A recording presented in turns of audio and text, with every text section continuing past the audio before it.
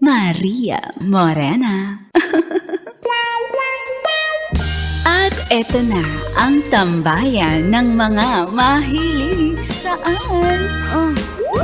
MILF, My Intimate Love and Fantasies.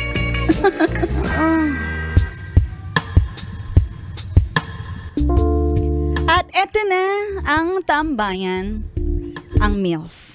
Sa ating episode na pinamagatang, Huwag Kang Kakagat sa Bitag. May kwento ako. Babae ako at share ko lang ang intimate love and fantasy ko sa isang gitarista. Trang, trang, trang. Kapag ang lalaki magaling sa instrumento, pogi points talaga for me. Isa kasi akong singer. Hello, MILF Buddy Sender kong singer. Bumuo kami ng banda 10 years ago. At ako at ang boyfriend ko. Pagdating sa music, kami ay in sync. Taray, in sync! Pagdating naman sa jurot, hindi pwede na wala kaming music.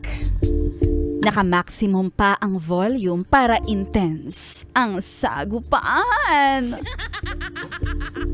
Gig after gig, nakakakilala kami ng iba pang mga banda. Kapag practice ay may sumasama pa sa amin na galing sa ibang banda at okay lang naman. For me, masaya pa nga dahil passion ko ang pagkanta and it's nice to meet people na same ko ng interest.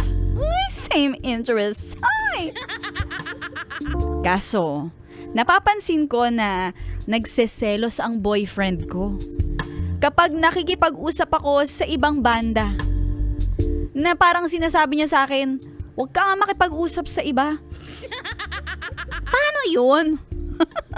Pare-pares kayong mga nasa isang banda. Dumating sa point na kaduet ko ang isang vocalist na lalaki mula sa ibang banda. Kinanta namin ang Nothing's Gonna Stop Us Now. Ay, duet! After nun, nag-walk out yung boyfriend kong gitarista. Nag-away kami nang dahil sa pagseselos niya. Now it's gonna stop you. Charot. Hindi na nothing's gonna stop us now. At dahil doon, na-disband kami. Wala na ang binuo naming banda. Yung keyboardista at yung bahista na friends namin, sinabihan ako, alam mo, masyadong seloso yung boyfriend mo. Paka-OA. Sa true naman.